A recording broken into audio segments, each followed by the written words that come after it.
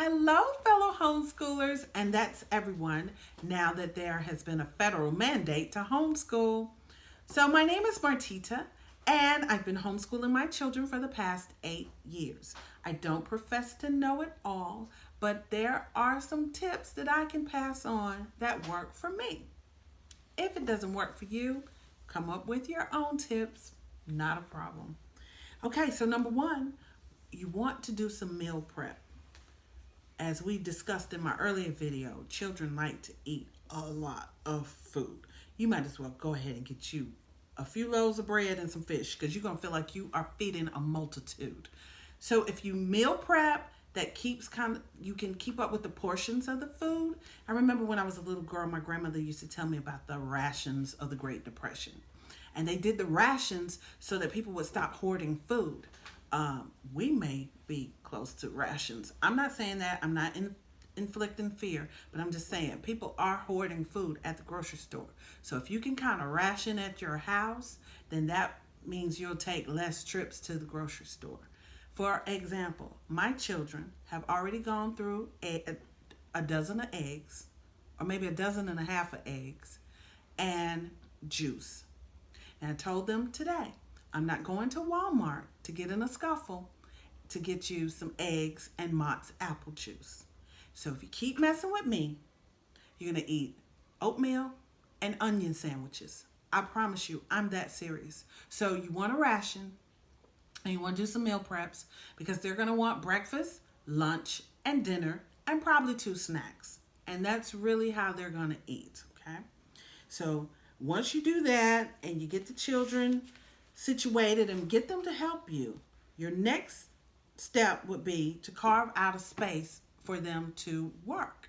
So they need a workspace just like you have a workspace. If you have little ones, you may want to put them right next to you so that they can focus and kind of, say, hey, mommy's working or dad's working. I don't want to leave the dad's house. Dad's working, you sit beside me. But you're going to have some cues for the little ones because, they just like to get up and roam. And it's okay because they're supposed to move around. They're not supposed to be little robots and sitting in chairs all day long. They're supposed to move. Okay, so what you're going to do, if you have glasses, this works great.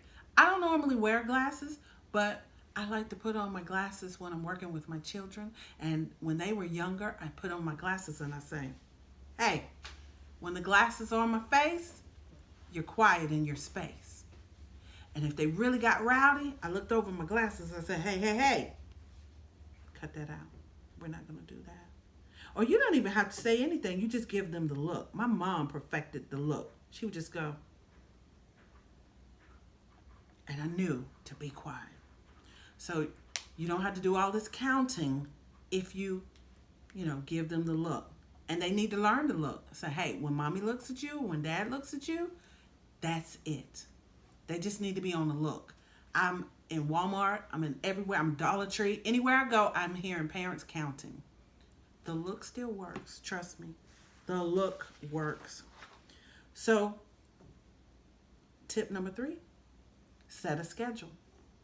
So your day is not going to go as planned, but it can go kind of close to the plan. So you just want to know what you're doing. It's not going to take you all day to do school because you don't have distractions, and you have one student, maybe two students, depending on how many children you have. They can all do the work together, and maybe some of the older ones can help the younger ones or what have you. But it's not going to take all day to do the school work. Okay, so they may have just a few subjects each day to get done. To set the schedule, and if it doesn't go as planned, hey, you tried, but try to get as close to the schedule. Everyone should probably be up out of the bed by 9 o'clock, but don't wake those children up at 5 or 6 just because they're used to getting up at 5 or 6. We don't know how long we're going to be in the house. Please give the children a break. Let them relax their little minds because they have been working very, very hard all year long. And I'm looking down because I love taking notes and being organized. So I have my little notes here. Tip number 5, don't forget to eat. Sometimes you can get so busy in your day and trying to schedule and because everybody's home, it's going to be a little chaotic at first, But once you get in the groove, you're gonna have it down. But don't forget to eat. And that's another reason why you meal prep, so you don't forget to eat. Food is already there. You don't have to cook. You don't have to do anything. Just get it done. The kids will help you, and trust me, they will remind you when it's time to eat. They love to take a break, and they love to eat. Some of them need hand breaks. Some of them need a chai break. My kids are always making chai tea. Oh, I need a chai tea break. So whatever break your child needs, give them the break. Because, hey, who doesn't deserve a break? Okay? And parents, tip number 6. If you're intimidated by math, if you hear proofs and start shaking, or theorems, anything related to geometry, and you get nervous and start thinking about ninth or 10th grade again, or trigonometry, calculus, have no fear. Khan Academy is near. Just go to Khan Academy. They will teach you how to work through the problems step by step. His name is Sal, and he tells you you can learn anything. Okay? You will get to know Sal very well. And number 7, this is tip number 7.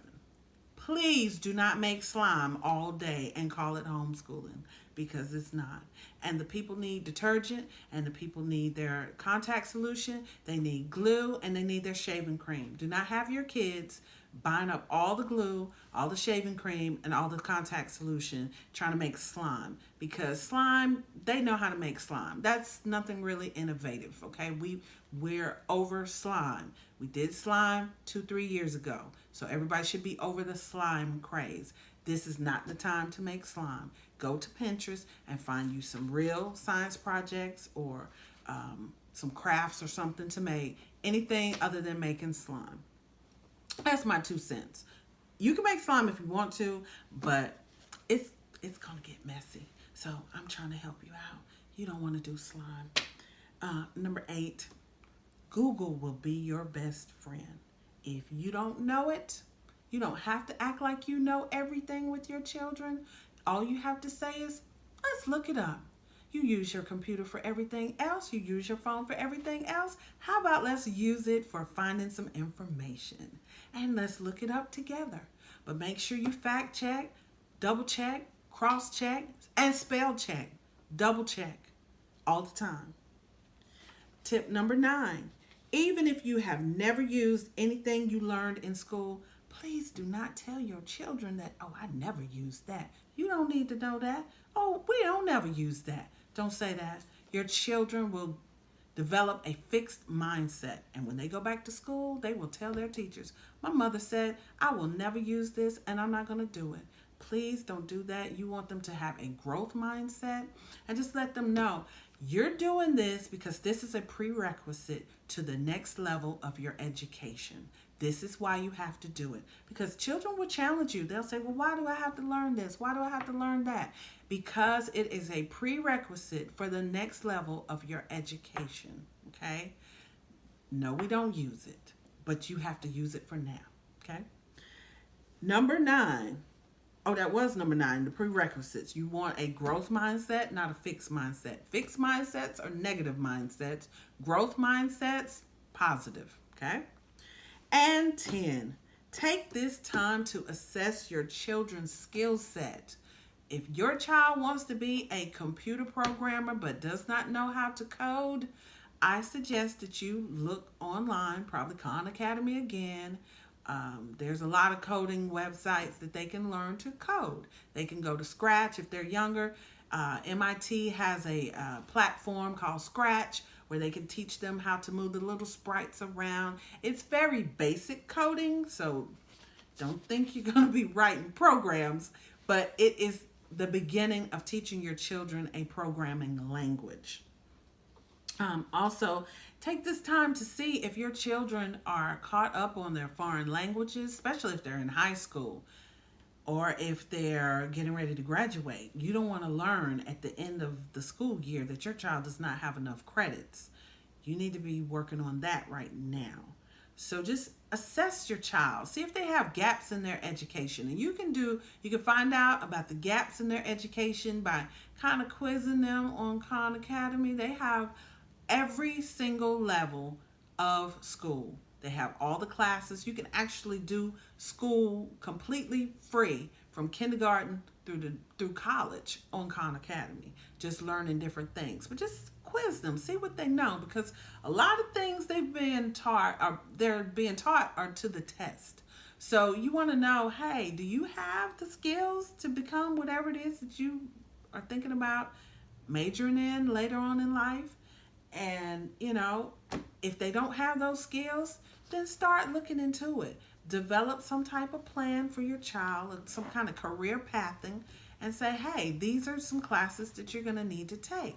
Let's look this up. Let's get involved and see what it is that you want to do. Okay? So I also want to take this time to say, do not let this feel like a negative. This is a positive.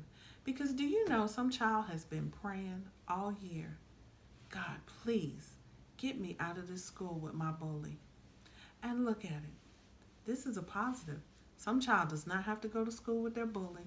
They do not have to be subjected to the lockdowns that we see on the news. They are definitely not subjected to any school shootings during this time. So this is a positive. Don't complain. These are your babies. Love on them. Take this time to get to know your child again, because your children are sitting in school 8 to 10 hours a day. So for 8 to 10 hours a day, you're not even with your children. So get to know them. Get to know who they are. And this is Miss Martita with 10 homeschooling tips. And I'm here for the encouragement out here in these homeschool streets. Take care. Bye-bye.